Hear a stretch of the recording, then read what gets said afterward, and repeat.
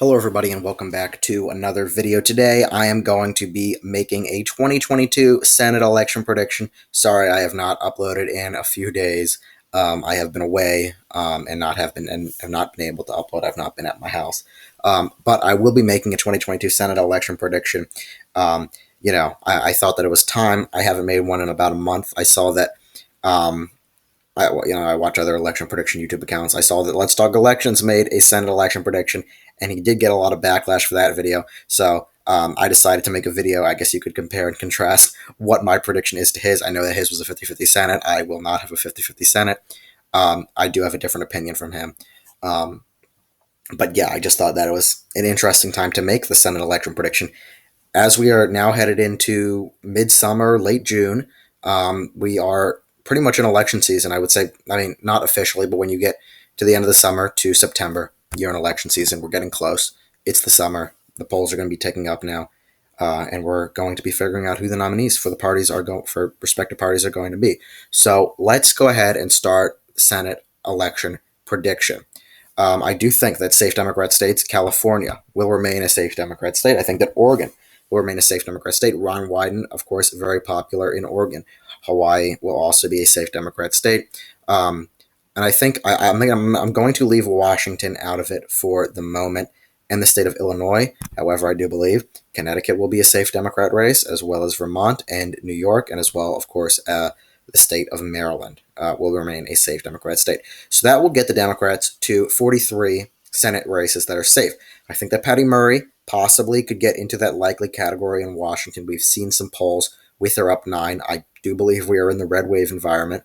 I know that a lot of people are uncertain about things today, especially the economy, and people don't really have a clue as to really what is going on and what will happen. But what you can be certain about, in my mind, as we head into 2022, is that it is going to be very favorable to Republicans. Joe Biden's approval rating has been, steadily on the decline.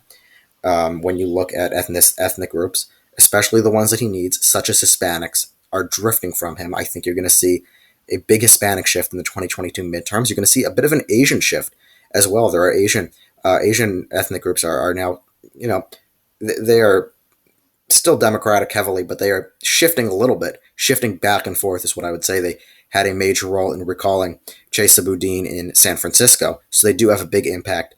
And Black Americans do have a pretty significant, compared to relatively, how they come out and turn out for Democrats. Their approval rating of Biden is not really high when you think about things. So I do think that we are in a red wave environment. For these safe Republican states, Idaho will be a safe Republican state. Utah, Mike Lee will still win by a safe margin. Evan McMullen and the Utah Democrats will not have much of an effect on that race. We saw Evan McMullen try to have an impact in 2016 against Trump versus Clinton, and that really didn't have. It had a slight impact, but it was still a safe state.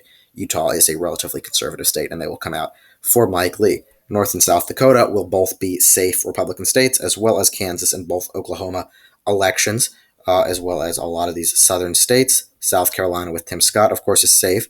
I will leave Missouri out of it. I do think that Missouri possibly could be in the likely, depending if it's Greedens or Schmidt. Although there are scandals, it still will remain Republican. Missouri, especially as we are in the red wave environment, will remain Republican. But Washington, Illinois, will be likely Democrat. Dick Durbin will win by a likely Democrat. Not Dick Durbin. Tammy Duckworth will win by a likely margin in Illinois. Missouri will be I forgot to mention, Iowa will be a safe state for Chuck Grassley.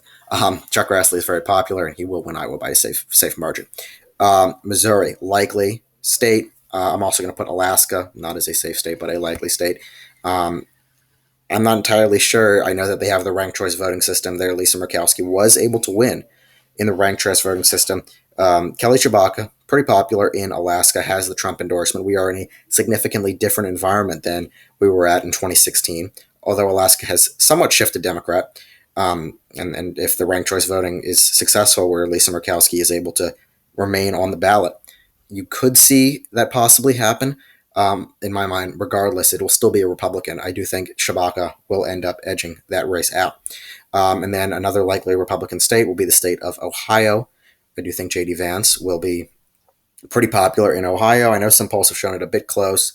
I know that some polls I forgot what his competitor's name is at the moment. blanking.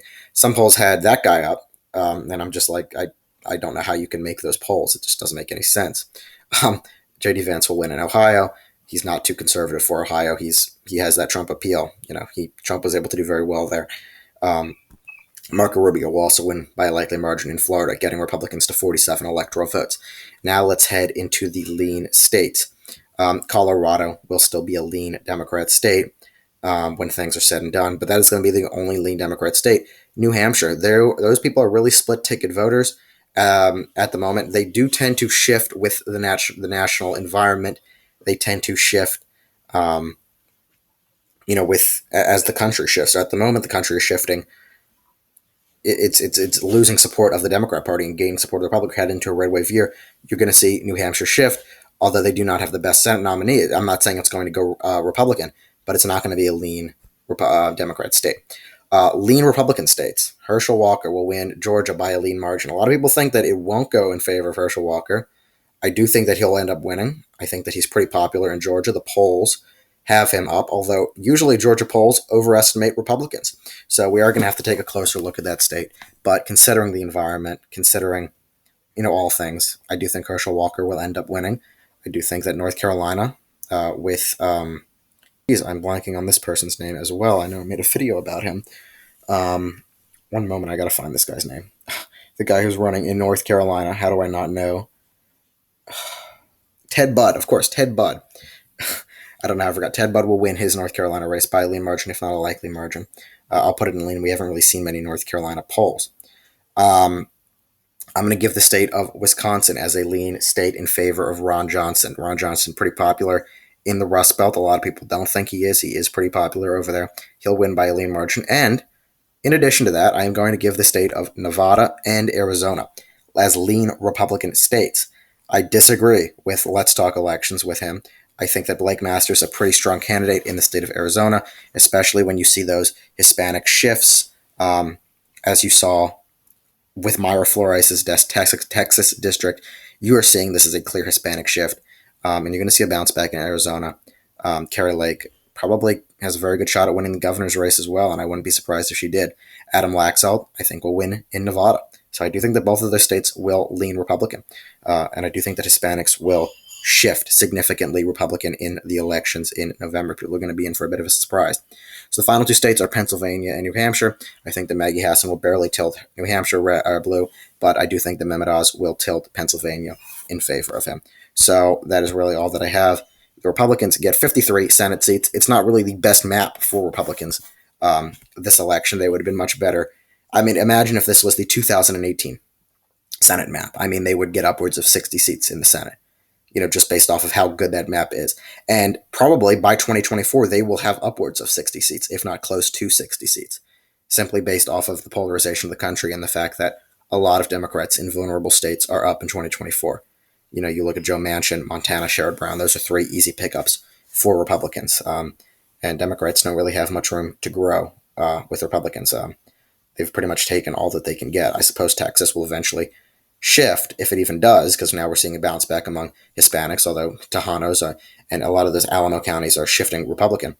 So we do have to see what happens in Texas. But that is my final, this is not my final, obviously, but my Senate election prediction as of today, June 19th, 2022. We're going to have many more Senate election predictions to come, but I wanted to make one today. I thought it was important, as we are now pretty much halfway through June. It is now the 2-year anniversary of my YouTube channel, technically yesterday.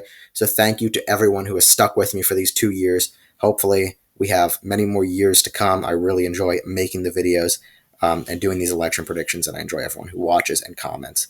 I really appreciate that. And that's really all that I have for you. Thank you for watching. Please make sure to go ahead and subscribe to the YouTube channel. We are now trying to get up to 600 subscribers, which makes us 29 away. So if you've not subscribed, please consider subscribing to the channel. Like the video below, comment your thoughts on my election prediction, and stay tuned for more videos. Have a great day. See you all soon.